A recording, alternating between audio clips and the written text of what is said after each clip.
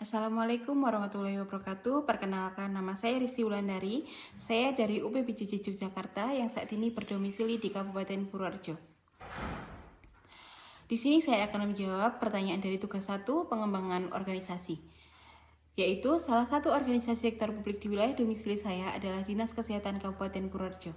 Dinas ini bertanggung jawab atas penyelenggaraan berbagai layanan kesehatan bagi masyarakat Purworejo yang meliputi pengelolaan puskesmas, rumah sakit, serta program-program kesehatan lainnya seperti imunisasi, pengendalian penyakit menular, dan program kesehatan ibu serta anak. Perubahan yang terjadi pada Dinas Kesehatan Kabupaten Purworejo salah satunya adalah meningkatnya kualitas dan kuantitas layanan kesehatan berbasis masyarakat. Program-program kesehatan yang dilaksanakan lebih berfokus pada pencegahan penyakit dengan pendekatan yang lebih menyeluruh, serta program pengendalian penyakit tidak menular, misalnya hipertensi dan diabetes, serta peningkatan layanan kepada kelompok usia lanjut atau USLA dan produktif atau USPRO. Selain itu, Dinas Kesehatan juga telah memanfaatkan teknologi informasi seperti aplikasi untuk pelaporan kasus demam berdarah yang membantu pengawasan penyakit lebih cepat dan efisien. Meningkatnya jumlah tenaga kesehatan baik dari medis maupun paramedis, serta peningkatan sarana dan prasarana kesehatan turut menjadi bagian dari perubahan yang terjadi di organisasi ini. Organisasi ini perlu melakukan perubahan karena adanya berbagai faktor yang mempengaruhi kebutuhan dan permintaan layanan kesehatan yang semakin meningkat. Beberapa alasan pentingnya perubahan ini adalah: yang pertama, pertumbuhan jumlah penduduk, yaitu dengan semakin banyaknya jumlah penduduk Purworejo, permintaan terhadap layanan kesehatan juga meningkat. Oleh karena itu, Dinas Kesehatan perlu menyesuaikan diri dengan peningkatan jumlah dan jenis layanan yang diperlukan masyarakat. Yang kedua, perubahan struktur demografi. Kabupaten Purworejo seperti daerah lainnya juga menghadapi perubahan dalam struktur usia penduduk. Dengan adanya peningkatan jumlah usia lanjut atau USLA dan jumlah usia produktif atau USPRO, kebutuhan layanan kesehatan yang spesifik untuk kelompok-kelompok ini juga semakin meningkat. Hal ini memerlukan perubahan dalam strategi pelayanan kesehatan. Selanjutnya, penyakit tidak menular dan menular.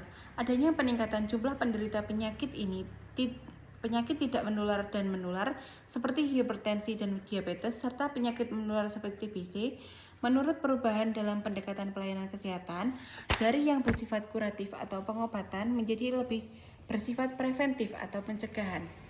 Selanjutnya, kemajuan teknologi. Teknologi informasi kini memainkan peran penting dalam pengelolaan data dan pelayanan kesehatan.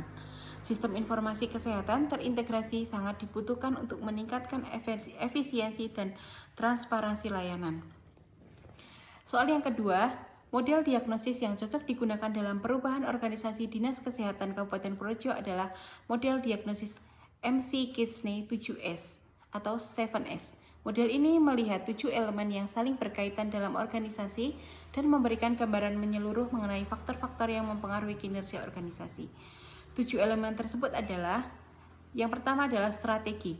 Dinas Kesehatan Purworejo perlu menyusun strategi yang lebih berfokus pada pencegahan penyakit, peningkatan layanan kesehatan kepada masyarakat lanjut usia dan produktif, serta peningkatan kolaborasi dengan pihak terkait. Selanjutnya ada struktur. Struktur organisasi perlu disesuaikan dengan kebutuhan layanan kesehatan di setiap kecamatan, memperkuat pengelolaan di puskesmas dan rumah sakit, serta memperbaiki sistem koordinasi antar unit. Selanjutnya ada sistem.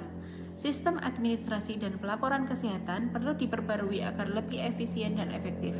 Misalnya, penggunaan sistem informasi kesehatan yang lebih terintegrasi dan real time. Yang selanjutnya adalah nilai bersama. Organisasi ini harus membangun nilai bersama yang mengutamakan kepentingan masyarakat seperti pelayanan yang ramah, cepat, dan akurat. Selanjutnya adalah gaya kepemimpinan.